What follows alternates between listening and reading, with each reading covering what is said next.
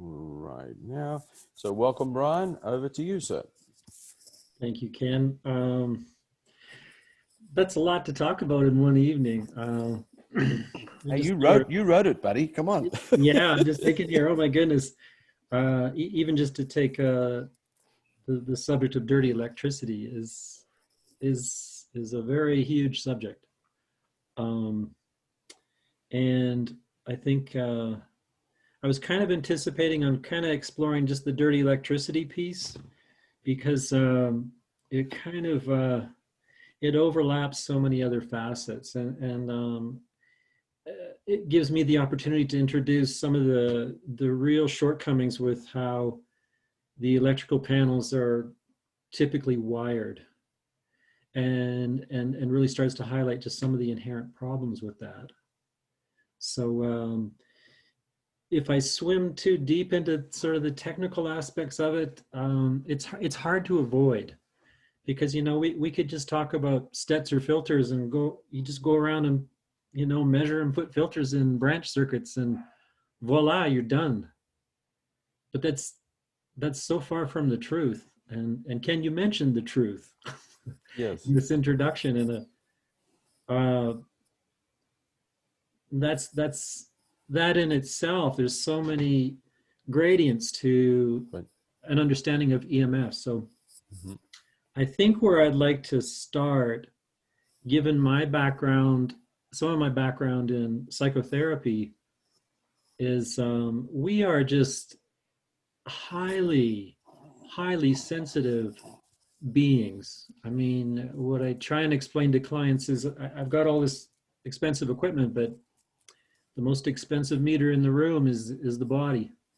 The most sensitive meter in the room is the body, particularly female bodies or children.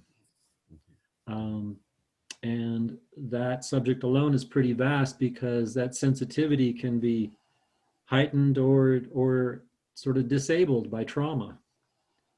So you start to define just how you react to these fields by how you focus on those fields, or how you focus on your safety. And usually we kind of focus on our safety at a very unconscious level. At least that was my history. I just didn't realize how sensitive I was. But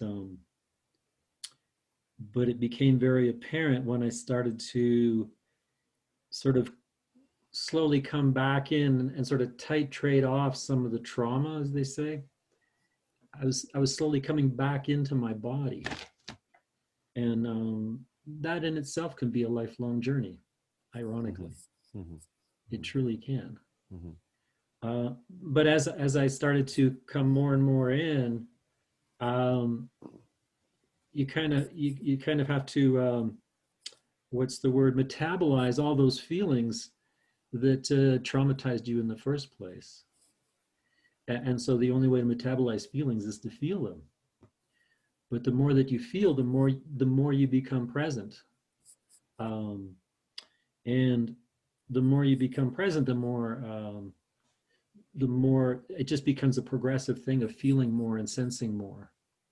And so you're literally learning and reprogramming your nervous system. So you're not, hopefully, in a true sense of our relationship with our environment, we evolve from not being so much victims of the environment, or trying to sense and determine whether our environment is safe or not, because we're anchored in a knowing of our own safety within ourselves. That's a hard concept for people to sort of understand. But at least from my experience personally in working with clients, we often come into the world and we're so hypervigilant that we're just constantly, our nervous system is wired out to determine safety. And that wired out all the time really creates a highly attuned sensitivity, and often a highly attuned psychic ability, just because, as I said, we're profound broadband meters. I mean, we can just sense or determine where we want to place our attention and amplify whatever it is we want to attune to, right? So Ryan, could I just ask a question there? I really like the way you said that. You said wired out. And correct me if I'm wrong, but my perception is that we are actually wired in terms, if I look at my house where I'm sitting right now, I have wires all around me. Um, could you talk about that for a minute? I mean, you know, wherever we go into an office, we go into a shopping mall, I see wired in. Could you talk about that briefly? Uh, I'm gonna I'm gonna ask you to just kind of elaborate on that a little bit more, because what I'm sort of describing is the nervous system um, is sort of identifying whether your environment is safe or not, but you're not even aware that you're doing it. Mm-hmm. It takes a tremendous amount of energy. But if you know inherently in your being that you're safe wherever you go, you're not doing that at all. You don't need to. Mm-hmm.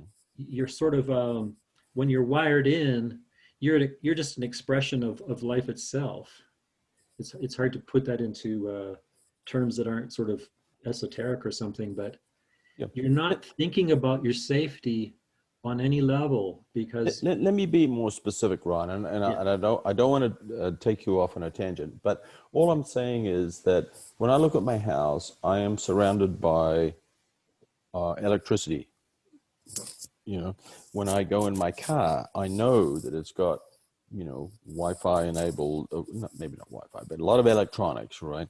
I go into a store, I travel on a bus, I fly in a plane. That's what I'm sort of trying to say. Um, and so we live in an environment where it is very hard to escape wireless and wired. That's what I'm trying to say. Does that make sense? hmm hmm yeah, for sure. And so what I would emphasize here is when you go to sleep, to me, that is by far the most critical time of repair Mm-hmm. and restoration and rebuild. Because now, when you're sleeping, your brain and everything is going into a state of resonance. So the brain is sending out a signal to every cell of the body to trigger all the mechanisms that are associated with melatonin and mitosis and detox and everything. But that resonance is something that you're doing in harmony with the earth. Mm-hmm. It's you're creating this really broad field that is in resonance to the earth's magnetic field, which is just like a static magnet. Mm-hmm. Mm-hmm. So you're just dropping right down into deep restful sleep.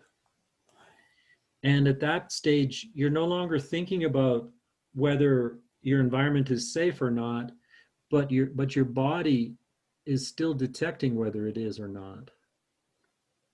Is And that based on the external factors that you're talking yeah, about? yeah. Yeah, all yeah, your wiring, your Wi-Fi or right, whatever's in your environment. right. And I think that's where we want to get to tonight, Ryan, Yeah, yeah, is so how do we make that environment as non-invasive as we can? yeah. So the very first thing, and probably the most critical, is to measure and identify the electric fields. Mm-hmm. And you're trying to eliminate any live fields within 6 feet of your body, or if you're in a metal coil spring mattress, anything within at least 6 feet of the mattress. So those electric fields will just couple to you or the metals that you're laying on, and they'll create a different resonance that your body's not wanting to go into synchronization or to sympathetically fall into. it'll create a stress response. So identifying that electric field is number one. And that's not just the simple case of turning off your bedroom circuit. It's being able to identify every circuit that's within that range, above, Mm-hmm. below, beside, Mm-hmm. wherever. Mm-hmm. The other piece to that that I think is really important is even if you turn that circuit off, there's still going to be some degree of voltage on the neutral and the ground. So the typical bedroom that everybody here will lay their head down on to fall asleep, the headboard or the bed will be pushed up against the wall, and there's going to be a branch circuit probably within, I don't know, like 1.5 feet, 2 feet from your head. And even if you turn off that circuit, there's still going to be voltage on there from the neutral and the ground. Now, why is that? It's because the neutral and the ground are commonly tied at the panel. Why is the voltage there? Well, if you think about it, all the grounding of anything that's coming back to the panel or that needs to be grounded, say for example, your water line ground, your phone line ground, your coax ground, and maybe your gas line. All those are commonly just tied back to the ground bus in the panel. Now, if there's current on any of those sources, that current, the only way the current is there is if there's voltage pushing it. So if you have voltage pushing any current on any of those four things, water, coax, phone, or maybe gas, now you've got current and voltage that's tied back to the ground bus, and the ground bus and the neutral are tied together.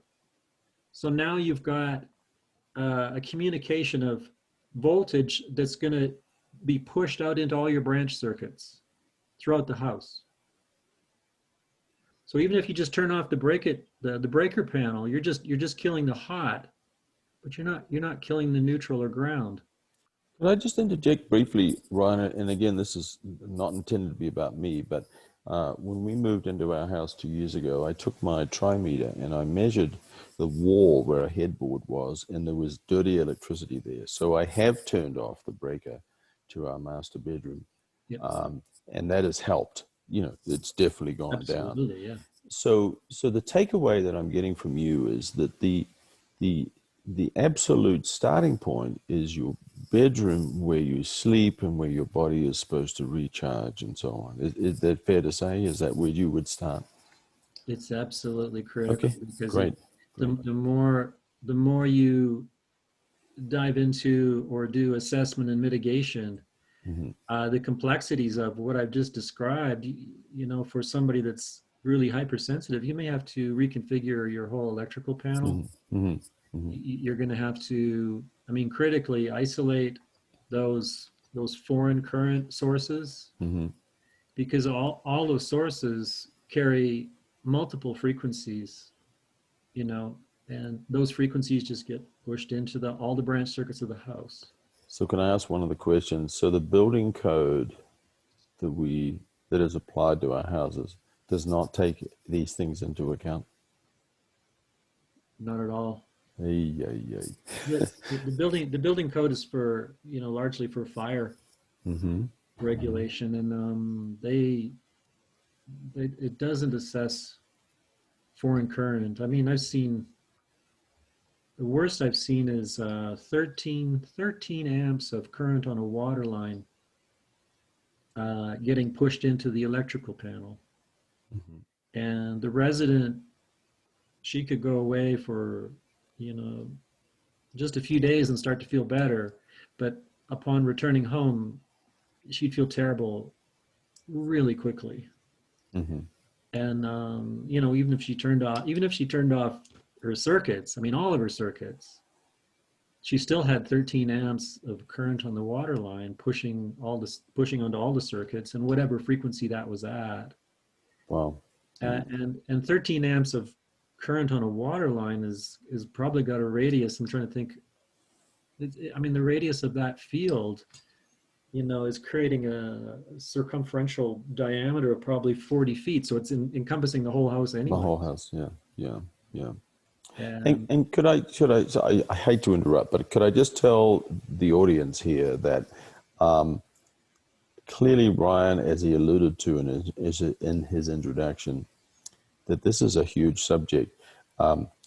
If you feel your question's not being answered, I'm sure I could twist Ryan's, he lives around the corner from me, to come back for another session. So please don't get frustrated, but let's see if Ryan can kind of take us to first of all the understanding, and then we all want to jump to solution space. So yeah, that's the most yeah, important part. And that's why I chose to start with the electric field, because yeah, if you realize you're already dealing with at least 120 volts of electricity, that 120 volts is easily measurable, at least six to 10 feet away from the source. So, and the dirty electricity is carried on that 120 volts. So for God's sake, at least take the huge step of killing the electric field at night, because if you can do that, you're making a huge step towards mitigating dirty electricity or whatever else is being carried on those branch circuits, on those live wires. Then we start to kind of dig deeper into what other noise is still there, or what else could be done or may need to be done. Because often working with clients, I mean, you can take those initial steps, and maybe they're not particularly costly, but if they're still not sleeping, there's more to be done. And I really emphasize that with people. You know, don't stop. Call me back. I mean, try this and call me back, because you know, you got to take whatever measures you need to take to achieve the ultimate result. You've got to have good sleep. It's just critical. And with that, to me, is clear and lucid dream recall. I mean, you're stepping into a whole different relationship with your maker. mm-hmm, mm-hmm, It's kind of a. I mean, we talk about you know, creating a sleep sanctuary, and I think that's a good word. I mean, you're really sanctifying a holy place for you. What would a sleep sanctuary look like, Ryan? Basically, in my ideal world, or what I'm trying to achieve with clients, is zero electric field Mm-hmm, across the entire bed surface. mm-hmm, There's no voltage vector measurable. mm-hmm, And I like to use an electric field meter, because it's difficult to establish exactly what's going on with just a body voltage measurement. In addition to that, I'm looking to see a radio frequency level that ideally is around, you're hoping for close to 10 microwatts per meter squared. Most meters you buy they're not accurate enough to really give you that kind of um, quality of data. And I really mean that. There's not a lot of really good meters out there that have that sensitivity. mm-hmm, But there's plenty of clients and people that are working with heart rate variability devices and tracking their sleep, that have really done insightful work that I've seen, that really validates some of the building biology standards or other standards that I've seen, that, you know, if you start to get up above the 50 microwatts, you could be already disrupting your sleep, and you won't consciously know it. mm-hmm. You won't. So Ryan, when you go into uh, a client's home, and maybe there's not a simple answer to this, but around the sleep sanctuary concept, what are the typical things that you change? Certainly the electric field. Critically, I'm looking at what's going on with the magnetic field,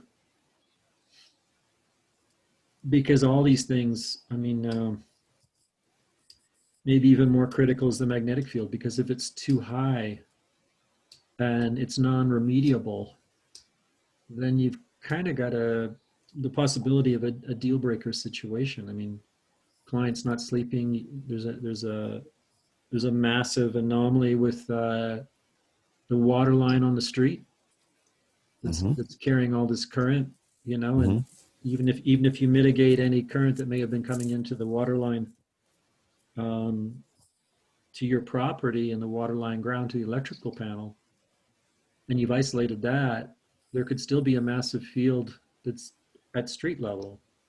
Mm. So if you've got a house between the power line in the backyard and a water line in the front of the yard, and the current on the water line is supposed to be on the power line, you have inherent balance on both, because this current's supposed to be over here to create cancellation. That's a really irreparable situation that Mm-hmm. most utilities aren't going to address. Mm-hmm. Mm-hmm. I think I've only had one incident where the utility actually did fix it, and it took about 6 months. Mm. And it was exactly that scenario. So even in the middle of the house, the magnetic field was around 10 milligauss. Building biology standards define anything over 1 milligauss is a severe anomaly, is a severe concern. I mean, Mm. she felt terrible, just like the lady with the water line current I mentioned earlier. So Ryan, one of the things that I'm really learning here is the kind of synergistic or aggregate effect of not only your Wi-Fi, but your electricity, but your water lines, the smart meters outside to measure the water usage. I mean, it's all a kind of a fruit salad that is that fair to say that kind of, it has a synergistic effect? Yeah, Mm-hmm. yeah. Any one can kind of trip your system into Mm-hmm. sleeplessness or sleep disruption. I think, I mean, at least the phenomenon I've seen for me is if there's something that's off, I'll start to have recurring dreams telling me there's something wrong here that I need to look at. It won't be the same dream, but it'll be like an EMF dream, you know.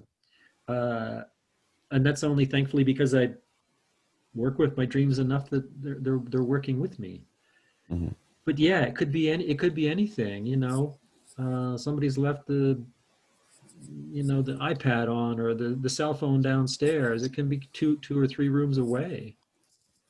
Um, or maybe it's your neighbor just changed out to Wi-Fi 6 instead of their old 2.4 gigahertz router, or maybe they just bought a new cordless phone, and any of Mm-hmm. these things. Mm.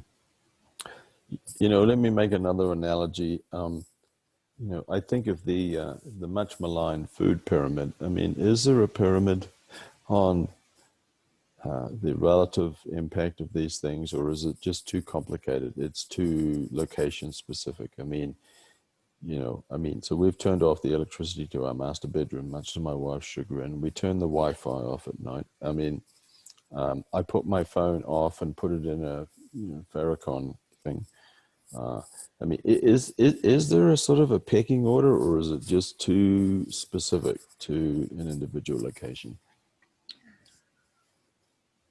I think presently it's easy to argue that the wireless components are becoming more invasive. Mm-hmm.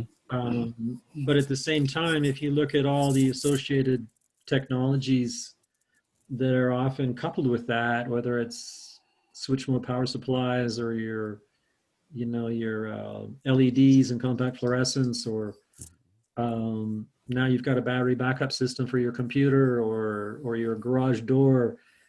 Um, all these things can add transients onto your electrical system, Mm-hmm. or your utility is now incorporating more and more solar onto your service. so they're introducing transients. Hmm. Or you've opted out of your smart meter, but you share a common transformer with maybe 3 or 5 other neighbors, and they all have solar panels, or they all have smart meters. So every time their smart meter fires, that pulse, that little shock wave, is still coming into your electrical service. Hmm. It's Hmm. not. It's not necessarily a simple opt out, or like we think if we just shield our meter, we're going to do some magical remediation. Not at all. I mean, I think that the biggest minefield is, and I get emails almost every day. It's like, well, what do you think about this gadget gimmick? Hmm. $1,200 Hmm. device or whatever it is. Like, oh man, it's just there's so much out there that it just doesn't work. Okay, Ryan, I got to ask, give us some hope, man. Give us some hope. I would say first and foremost, get your own meter. Hmm. Hmm. You have to take responsibility. Hmm. I mean, I think Scott would say the same thing. Who's responsible for your health? Hmm. It's you. What are you going to do about it? This is the world you live in. I mean, if you can, I don't know, if you can afford a computer, surely you can afford a little high quality meter to measure and see whether you forgot to leave the Bluetooth on or something, like, Hmm. or Hmm. what's going on with your neighbor. Just, I mean, create the learning that's, I think, essential in this day and age. And I try and emphasize here again, I get it. We're around this stuff all day long, Hmm. but what you do at night is totally different.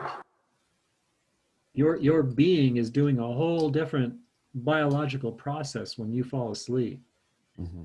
That's that's where you can make the big difference. Hmm. Hmm. If you wake up restored, you know, that's really taking your health into your own hands. I mean, I've seen people that are perfectly healthy, and they've gotten some education, and they just think, well, I'm gonna get this checked out and see what I can do to maybe make sure that I'm getting the best sleep I can. So there is no health issue. Hmm. But I've seen this a few times where first thing that happens is they get sick the very first night. They just really truly optimize their electric field. They don't sleep. Hmm. They're automatically going into detox.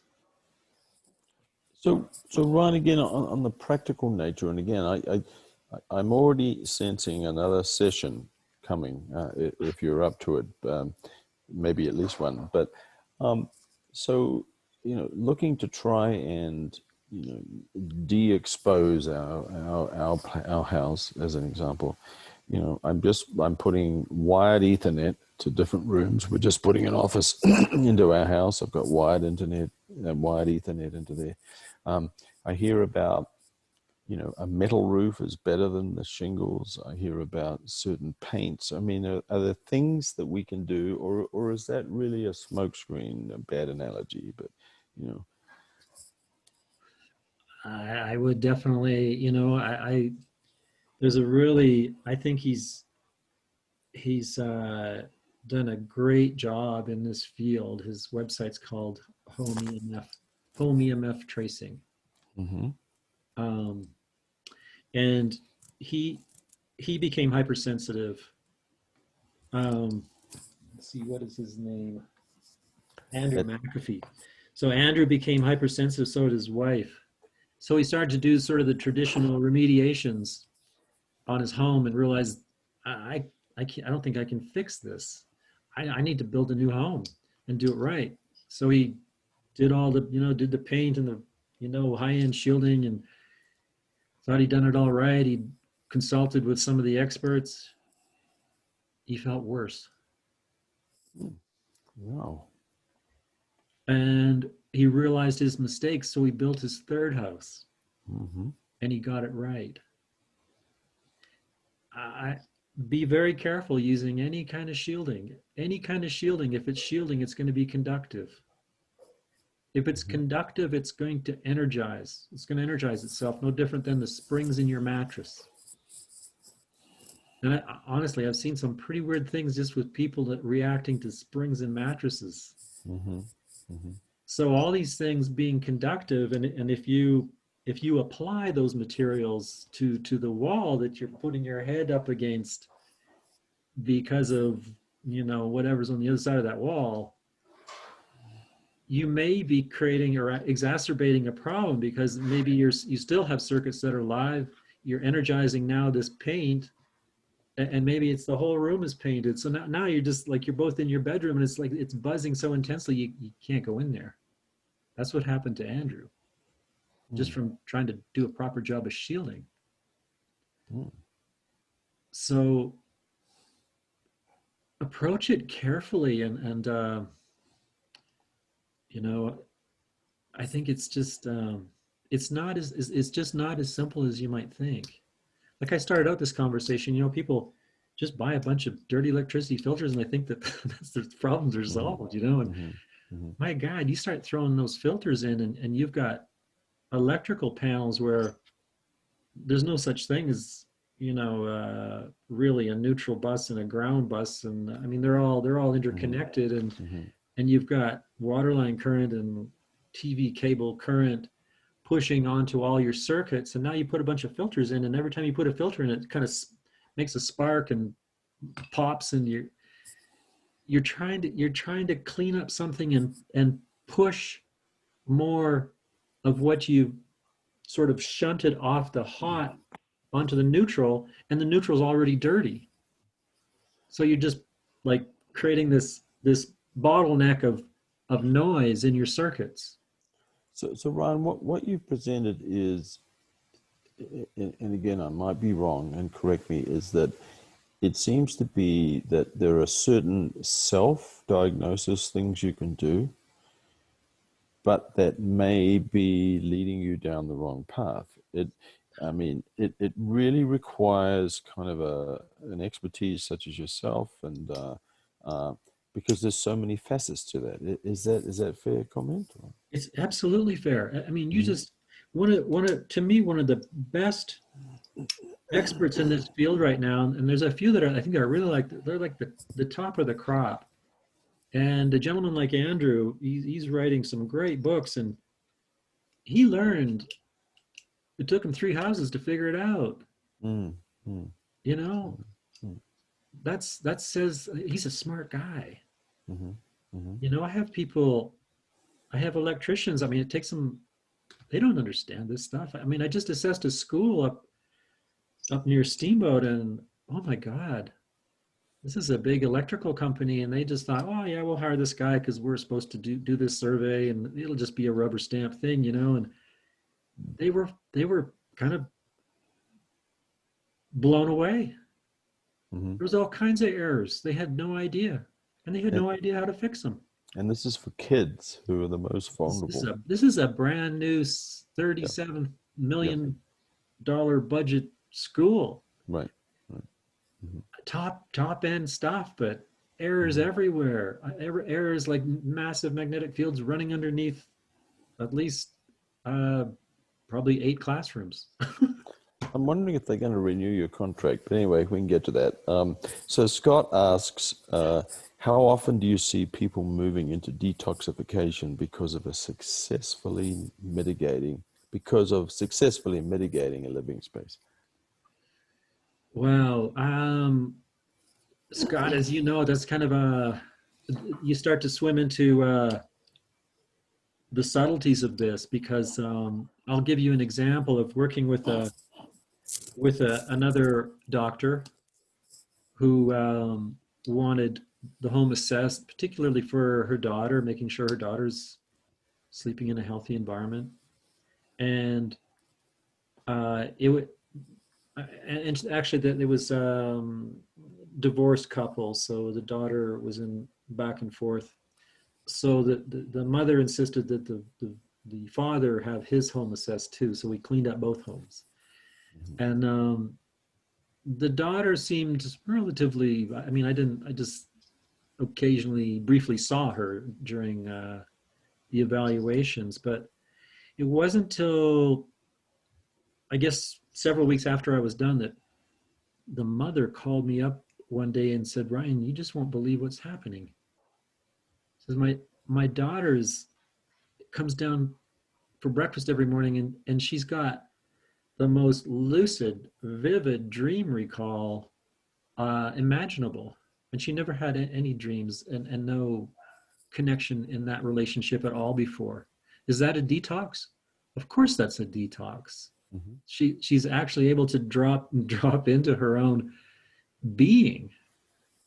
I would say, man, the subtleties of this, Scott, you know, I've seen people that they were sleeping in an RF environment that didn't exceed 50 microwatts, very accurately measured.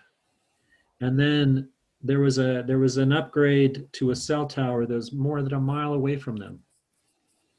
And they knew they were upgrading because the service trucks went right by their house every morning.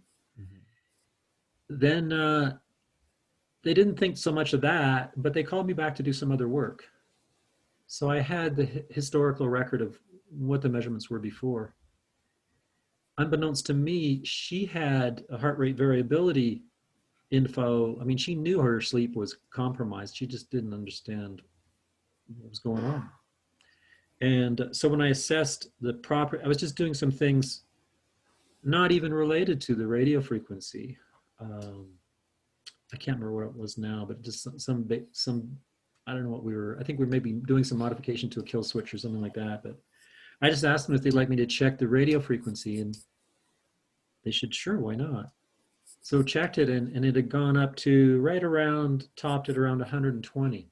Well, 120 is not that high for a lot of people. But they said, you know, your RF is more than doubled. And she said, she just kind of went, and she left the room.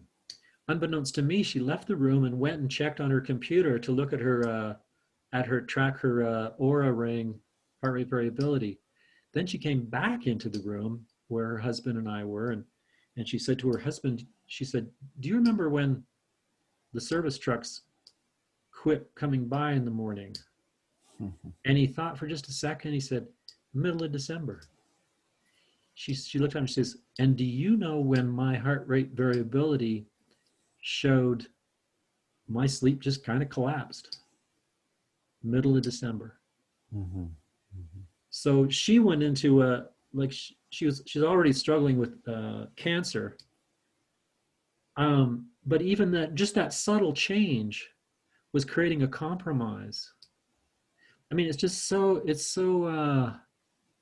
I think sometimes it's tricky to quantify these things, Scott. But when you're dealing with these types of subtleties, I mean, are you dreaming? What is your relationship to your dreams? Do you have a healthy circadian? You know, here we are staring at computers, and it's getting later at night, but these things are really critical to just how you're able to land into sleep. Because I think we all, surely most of us have had the experience of just going camping and you're just sitting around the campfire and there's no cell phone, there's no TV to stare at. And it's like 7:30 and it's like, gee, I'm feeling like it's time to go to bed. Just because that is the time you're supposed to be going to bed. This is, your circadian is starting to just dial in. Mm-hmm. Mm-hmm. It's normal, but we don't know what normal is. We don't. And the subtleties that shift that can be really deceptive, really deceptive. And I guess the other piece I'll add to that, Scott, is seeing a lot of people with CPAP machines. And that's kind of like, that's a booming business, CPAP machines. And, you know, they're everywhere now.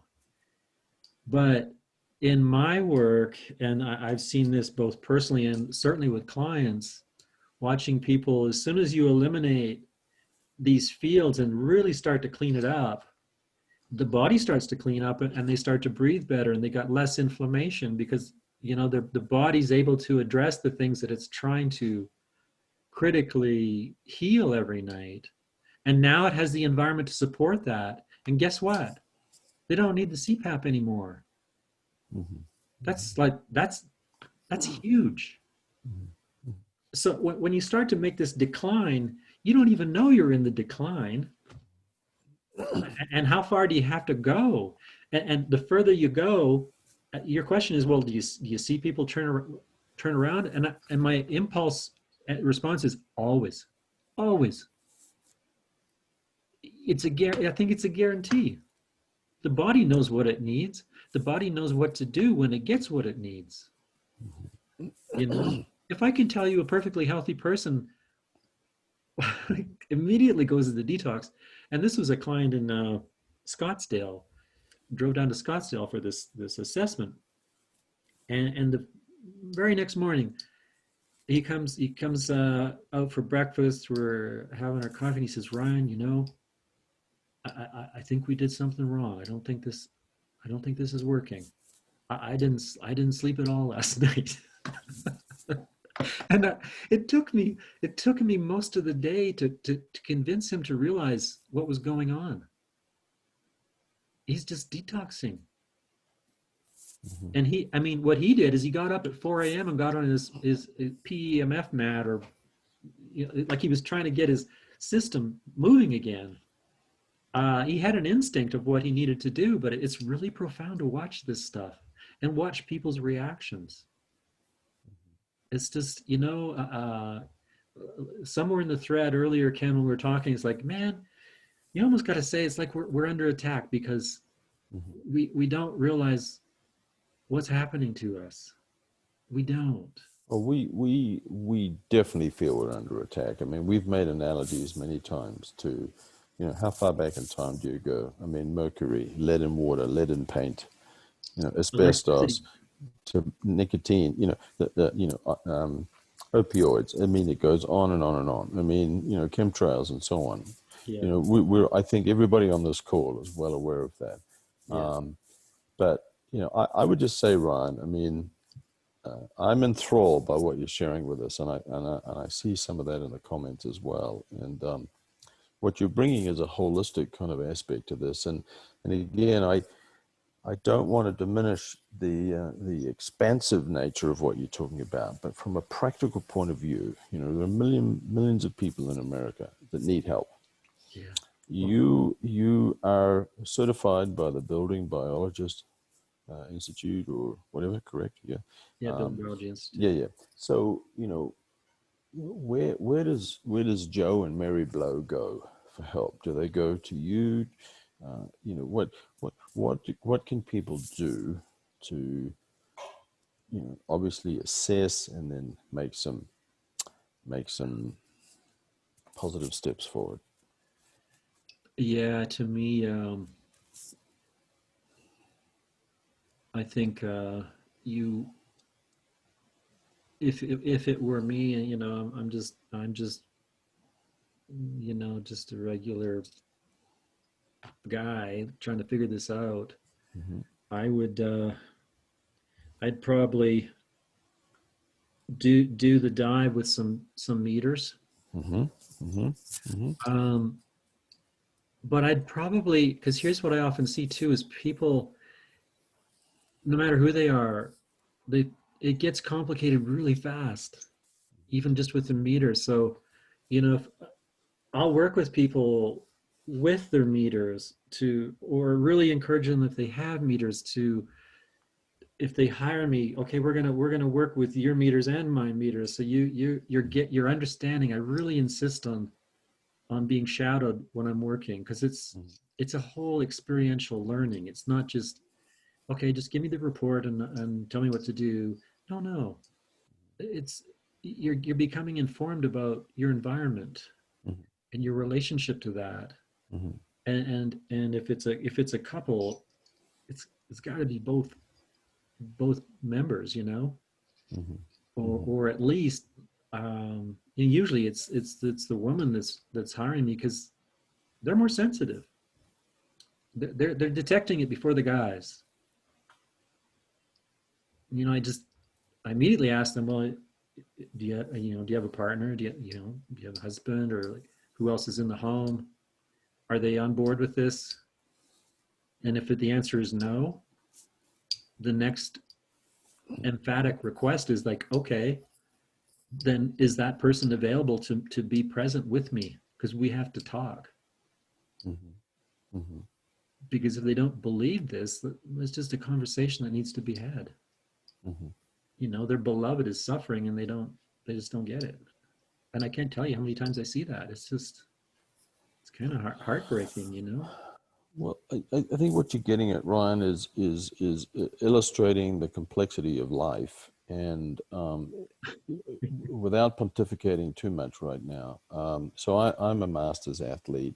I look at my diet very carefully, beside the Pinot Noir that I have showed recently. Um, but as I said when we talked initially, I keep all the articles I agree with. Resveratrol apparently is good for you. So, but I mean, so, we don't want to delve into our political situation. We don't want to delve into the spiritual stuff. We don't want to delve into all the toxins. But we are, I mean, I'm a musician. We're playing a song with many components of the chords. And what I really like what you have said is it's not one thing. There is no single panacea. It is the whole thing. I mean, the emotional stuff and so on, so on, so on. So, again, at this session, and I'm sensing a trilogy here. I'm sorry. At this session, I'm really detecting a wonderful explanation of the nature of this, and then, but everybody on the call and the people that we interact with who are not on the call are saying, "Well, what can I do? What can I do? Is there one thing I can do?" And I think tonight we really want to kind of get to, as you said, metering. Go start measuring. I mean, I have a trimeter. I hope that's a reasonable thing. Um, Go start measuring. I mean, and I like the way you said that. I mean, this is a multi-step process. And then what we're trying to do with Coloradans for Safe Technology is say, hey, hang on a minute. We've got stuff coming at us that is untested. I mean, it's regulated by captured agencies. And hang on a minute, we don't like that. And then we have the whole satellite thing with Mr. Musk and all these guys. So we're getting at bombarded from a number of angles. But again, I come back to my point of, we want hope. We want access to information. And as Marty's just typed in the comments, it ties to take personal responsibility. I mean, it's self-education. You've got to do your own research, and that's why, I hate to say it, this whole political thing with the mainstream media. I mean, do your own research. Dig deeper than what you hear on CNN or whatever. Yeah. So, I mean, but can I ask you a searching question based on what you've shared with us? What makes you get up in the morning, Ryan? Uh, I think the driving force for me is I want to make a smart ass joke here. It's ice hockey. Of course. Yeah. Yeah. Other than that. No, it's related to the hope question. I mean, I'm sorry No, to be no, I feel so grateful at this stage of my life to be doing something where I'm in service and assisting others. It's just so rewarding. mm-hmm, mm-hmm, Just helping people, mm-hmm, you know? mm-hmm, It's that's what drives me. And also in a field that is just, I mean, Marty's been chewing on this for a while. He's mm-hmm, been around the block, and it's a learning curve, man. It just doesn't stop. mm-hmm, mm-hmm, And the more you get into it, the more you realize, I mean, the epigenetics of it all, it's like it's a pretty big world out there, you mm-hmm, know? mm-hmm. And I mean, call to action for anybody on this call is, for God's sakes, just look at your bedroom and figure out is there possibly any circuits that I'm not seeing here? Are Mm-hmm. you on the second floor, Mm-hmm. or just main floor? What's traveling around you? You know, really look three-dimensionally or with your X-ray eyes. What's going on here? Am I Mm-hmm. missing anything?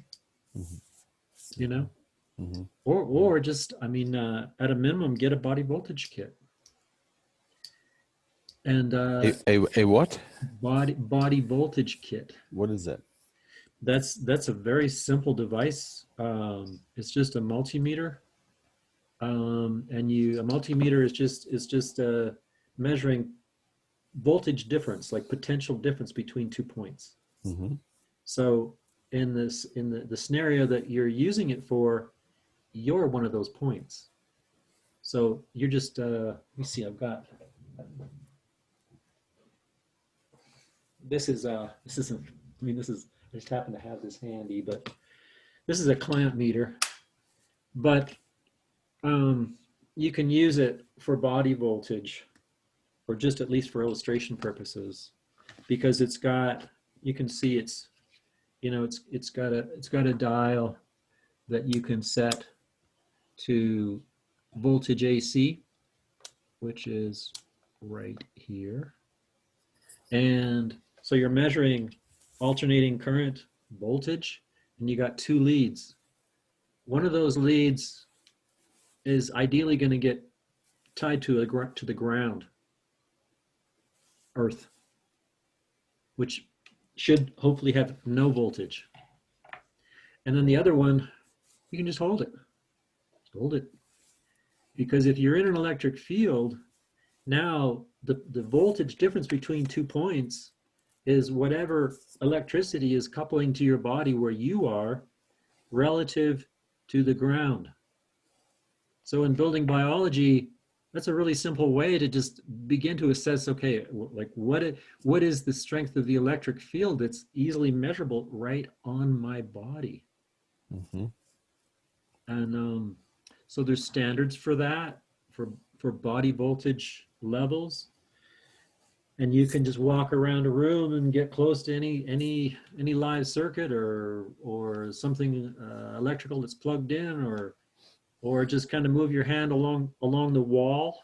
So you're holding the lead here. You could move your hand along the wall and watch your meter, and it's as your hand gets closer to where the live wire is that you can't see, Mm-hmm. the voltage, the reading is just going to keep going up. Is that something that the Joe and Mary Blow can use on their own? Yep. I Okay. would I would say so. I mean, there's a bit of a learning curve, but if you go to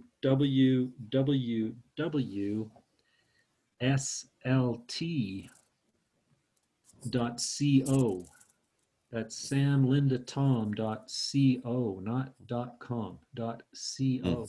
Mm-hmm. And they have an excellent body voltage kit. Mm-hmm. And they do an exceptional job instructionally to show you how to use it. Not only that, I mean, it comes with a little manual and Okay. also illustrates the standards, the building biology um, guidelines. If you see here, is it on this one? Potential, well, maybe not. Just while you're looking for that, I mean, I want to pick up on Marty's point too. I mean, it is all about self-education and so on. I mean, maybe um, you can refer us to some stuff that we might want to look at. Any. Yeah, I mean, here's one thing. I talked about the critical phase the body goes into when you go to sleep. And if you gain an appreciation for how profound that is, you kind of approach sleep with I think the care, attention, and awareness that it deserves. So if Mm-hmm. you go to my website under education Mm-hmm. and just watch a brilliant documentary called Geopathic Stress Documentary. Don't be fooled by the name. Yes, Mm-hmm. it's talking about geopathic stress, and I'm sure you'll find that very interesting. But the presentations and some of the discussions and content in there are brilliant around this whole aspect of sleep and what happens with the brain and the body when you go into your sleep cycles. The signal to noise ratio, like the signal, what the brain is doing as it goes into resonance, and as the body's just in a total parasympathetic state, how the brain goes into resonance with all the cells. And you're producing this, and you produced and released this melatonin for mitosis, and you're doing your oil change, man, every night. You're doing your whole tune-up. So, But Ryan, I got to ask you, meditation, where does this fit? pretty, I would say, kind of snuggled right in there, I guess. Mm-hmm. If you truly are a practiced meditator, you can take yourself down, particularly if you create the proper environment. Mm-hmm. I really got to emphasize that, because that's what got me into this field, was working with clients Mm-hmm. in a therapeutic setting, Mm-hmm. and realizing that in certain trauma releasing techniques, their body's just not as available and responsive as it would be if they're out in the middle of nature. Mm-hmm. Mm-hmm. Because if you're sitting in a therapeutic container, and the cordless phone's in the room, and the Wi-Fi's, maybe it's in the room too, and the cell phones are on, and there's just all these frequencies that are creating a subtle but easily measurable sympathetic nervous system response. What are you doing Mm-hmm. as a Mm-hmm. therapist? Mm-hmm. You don't understand the nervous system. Mm-hmm. So if you're a meditator, same thing. What are you doing? Create the meditation space that allows your body to just float down into Mm-hmm. parasympathetic. Like the Mm-hmm. nervous system just goes into a rippleless, tranquil calm. Mm-hmm. Mm-hmm. And if you can create that space, it's just easy. It's just way easier to access. The body knows this. Mm-hmm. So I want to say, it's now nearly 8:40. I'm just looking at the gallery view of this call. I've never seen a more attentive audience, and accolades to you for keeping us so attentive. Now, some people have still pictures up there while they're doing their yoga or whatever, but we'll give them the benefit of the doubt. But, I've certainly interjected a lot. I want to throw it, and again, Ryan, I mean, this is wonderful stuff. I'm so appreciative. I want to throw it open for people to give questions. Let's go into just, if that's okay with you, Ryan, let's just go into straight Q&A at this point. So send them into chat. Here we go. Hey, I want to give a shout out to Virginia too, Yes, absolutely. So, Hi, gentlemen. yeah. So send your questions in chat, and let's take available, make great use of the 20 minutes we have left. Or maybe you have all the answers already. I don't know. Anybody got any questions?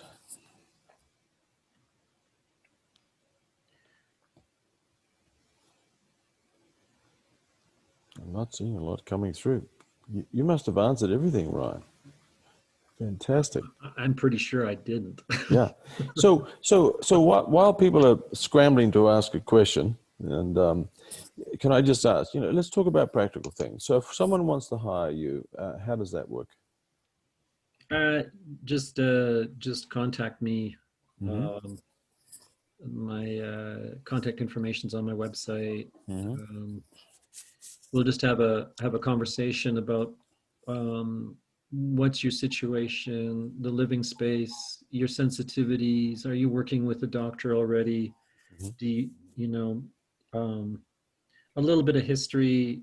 I mean, it's just fascinating sometimes when I encounter clients that have experienced more recent trauma. So they've had a car accident Mm-hmm.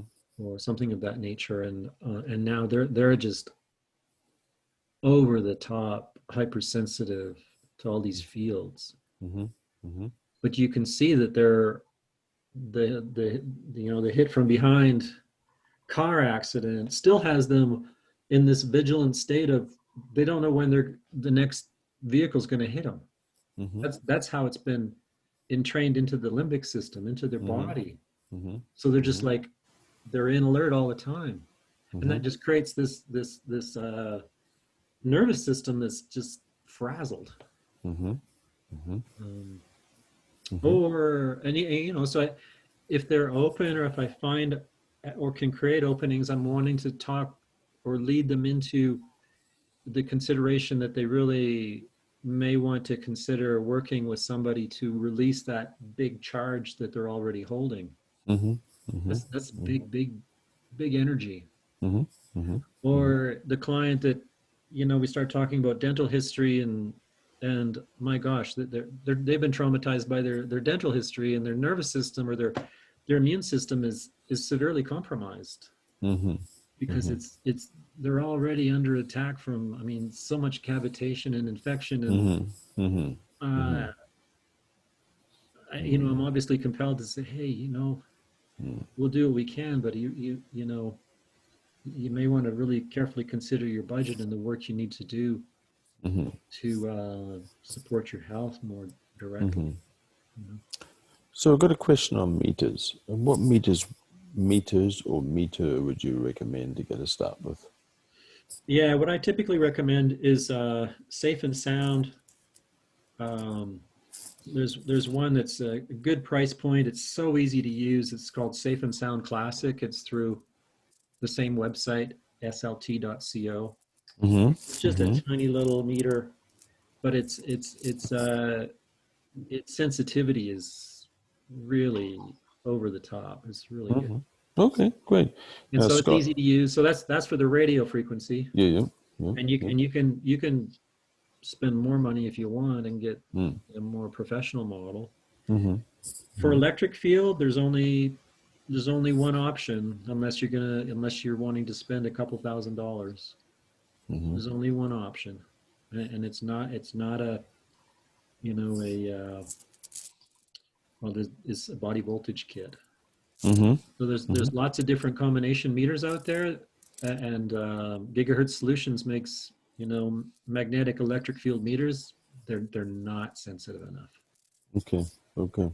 Yeah. So body voltage kit is the best way to go to get Mm-hmm. something that has obvious sensitivity. Mm-hmm. And then for magnetic field,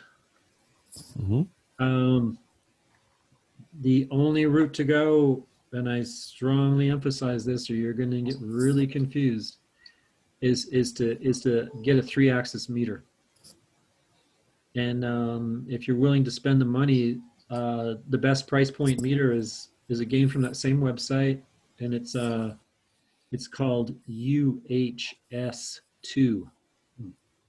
UHS2 AC Gauss meter. So it's a 3-axis meter. It also has a dirty electricity setting on it, so you can kind of see if there's the magnitude of the magnetic field that's being generated by higher frequency sources.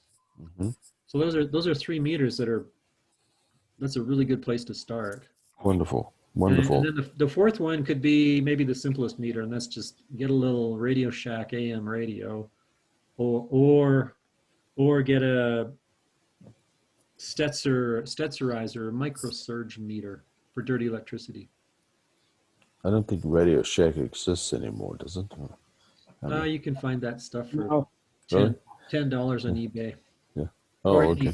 yeah, because all you're doing is setting the radio dial to AM, and you're turning it, you know, down at the bottom end, the lower frequency, because you'll see the frequency on the radio dial. So all you're doing is setting it to a non-station, and as you approach, you know, a dirty light or noise on your wiring, you can easily hear the static coming through it because it's interfering on the radio. So it's kind of a way to, you could go around to your to each bedroom and just kind of, even with an AM radio, and just check your different sources. But more effective would be the Stetzerizer meter. You know, I have a tent that I used to use on cycling trips. I think I'm just going to go and sleep outside in that. And, Yeah. Anyway, let me just go through to the chat here and see. Sorry. Okay. Sorry, I don't see too well. I'm old. Hang on. Okay. So, does anybody have any more questions? Ryan has got like 100 other things he could talk to us about, but I I mean, have a question. yes, please, Tom. Well, knowing that we are surrounded by electrical fields, if somebody has an electrical wire going across the top of their property, a major one, as opposed to one that is buried, should that be of concern if it's going right over the top of your house? Yeah. I appreciate the question, Tom. And buried wires don't have electric fields. Overhead, it's anybody's guess. It's all dependent upon the amount of voltage. So our house wiring only has 120 volts, but overhead wiring, high voltage transmission, I've measured the gradient off a high voltage line is not directly over a house. It's got its own designated right of way, but I still measured the electric field 3/4 of a mile away. And in that case, is there anything you can do to shield yourself from that field? Mm-hmm. First thing is, of course, to measure and identify it, because even as you're measuring it, you'll see as you get around trees or anything that has conductivity, the trees will pull that electric field into them. So the even just trying to measure it, it'll vary depending upon the objects that are around the conductive objects that are around that wiring. So so what that suggests then is if you want to try and redirect it or shield it, if you will, there's definitely ways to do it. You kind of have to be a little careful maybe in terms of how close you're becoming to whatever it is your shielding material is, because it may cause discomfort for you. So say if it's penetrating your bedroom and you decide to use shielding paint in the bedroom, carefully consider how you're grounding that paint, and also the fact that you've probably got you have to consider the wiring in the walls that is also going to energize that paint. So that's a common mistake, but yeah, shielding is a tricky thing. I mean, the ideal home construction is metal clad wiring, so there is no electric field from your house wiring. Mm-hmm. Mm-hmm. That's pretty rare these days. The other ideal scenario is an adobe structure or something that's basically a buried line. But otherwise, yeah, I mean, just measure it, see the degree of penetration that it has, because it may be minimal even though it is right over the house. And then you consider from there, I guess, whether the shielding option is viable. Is that exterior, interior? What approach is best to take? And if you have more specific questions on that, or if you wanted me to measure it, I could do that. That's a fairly common one for real estate calls that I get is just power lines. Sure. Thank you. So, Ryan, how far afield do you go? I mean, are you a world traveler, or Colorado specific, or? It doesn't matter. Yeah. I just got back from some work in Durango. Mm-hmm. Was working up for a couple of weeks in Hayden at that school. Mm-hmm. COVID has kind of made you know, my work is, I'm only probably at half speed what I was last year. Sure, Um, sure, but just travel wherever people want me to go. sure, sure. Yeah. Wonderful. Well, I think this is a great point to actually kind of wrap things up. And I know I speak for everybody on this call. We are extremely and humbly grateful for you making the time. I mean, I am just energized in a good way by what you're saying, and I'm sure I speak for everybody else. So thank you so much. And just a couple of logistical points to the folks on the call.